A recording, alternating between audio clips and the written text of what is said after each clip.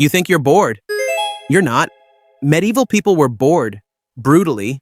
They invented a word for it.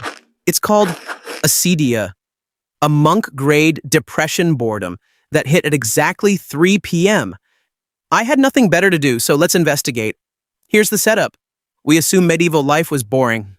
No phones, no Netflix, no Costco run on a Saturday, just dirt, weather, and a guy on a horse occasionally. Apparently this is wrong. Medieval Europeans had about 90 official holidays a year. That's more than your job gives you. They had festivals, mystery plays, animal baiting, public executions, which they treated like the Super Bowl. They were busy. So why did monks invent a word for spiritual boredom? Why does this word still describe how you feel at 3 p.m. on a Tuesday? Real answer. They weren't bored because they had no entertainment. They were bored because they had brains. Cool. Mystery solved. Except not really, because the next part is dumber. Around 375 AD, a Greek monk named Evagrius Ponticus was living in the Egyptian desert.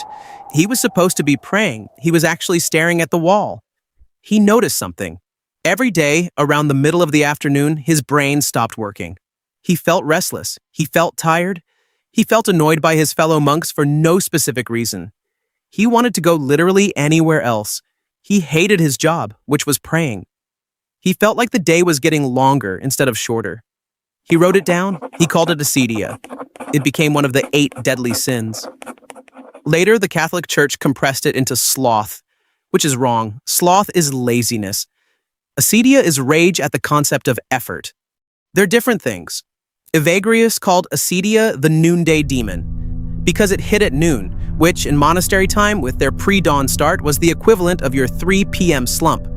The afternoon mood collapse is 1,200 years old. Your boss didn't invent it. A monk in the desert did. His symptom list: hatred of work, hatred of your location, hatred of your colleagues, constant clock watching, daydreaming about being anywhere else. Sounds familiar. He thought it was a demon. We think it's Tuesday. Here's where it gets weirder. The word boredom didn't exist in English until 1852.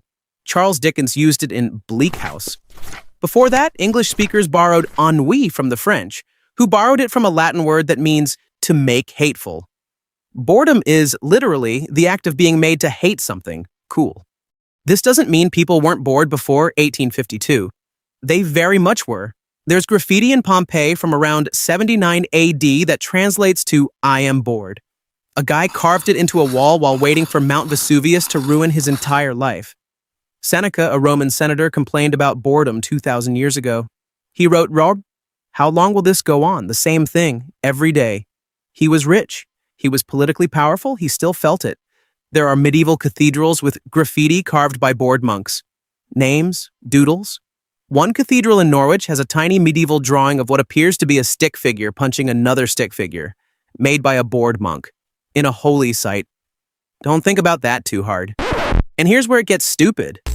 In 2011, a classicist named Peter Toohey at the University of Calgary published a book called Boredom, A Lively History. He spent 4 years arguing that boredom is one of the oldest human emotions. What did he cite? Tax records, personal letters, children's homework from medieval schools. The medieval homework is the best part. There are surviving notebooks from monastery schools where students drew demons in the margins. One 11th century student carved into his wax tablet, "I do not want to be here." This is a real artifact. It's in a museum. The kid is dead. The complaint is immortal. Another researcher, Patricia Spacks at the University of Virginia, wrote a whole book in 1995 arguing that boredom requires a sense of self. You have to know you're a person experiencing time. Then you have to notice the time is passing slowly. Medieval people had this. Romans had this. Cavemen probably had this. Apparently, boredom is old, older than the word for it. The Black Death, by the way, allegedly hit specific monasteries harder, partly because monks had nothing to distract them while they waited to die. That's not a punchline. That's a documented theory. Which raises a different, dumber question. Why do you feel more bored than a medieval peasant? Real answer: your tolerance is broken. In 2014, Timothy Wilson at the University of Virginia Put people alone in a room with no phone, just a chair and their thoughts. Most people lasted 6 minutes before they pressed a button to electrically shock themselves. On purpose. To avoid being alone with their brain. For 400 seconds. Medieval peasants did this for years. They sat in fields, they walked behind oxen. They watched cabbage grow. Apparently they were fine. They had to be. Phones broke us. We can't sit still for 4 seconds. The medieval brain handled long, slow days without flinching. Ours can't get through an elevator ride. Anyway, Echo did the elevator test. He lasted 11 seconds before he opened his laptop and started a spreadsheet about elevator anxiety. The spreadsheet is now 17 tabs. He hasn't solved anything. So Acedia is real. It always was. The monks called it a demon. Doctors call it depression. Your manager calls it Tuesday. The word changed. The feeling didn't. You're not weak because you got bored at 3 p.m. You're participating in a 1,200-year-old human tradition. Evagrius Ponticus felt this. So did Seneca. So did the 11th century kid carving complaints into wax.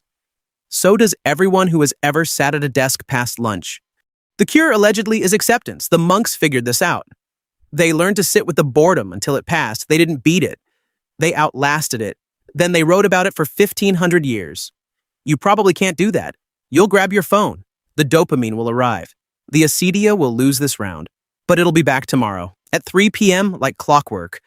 Like a noonday demon with great timing. Now you know. Sorry. Drop a question in the comments and I'll get to it next time I'm staring at a wall pretending it's work.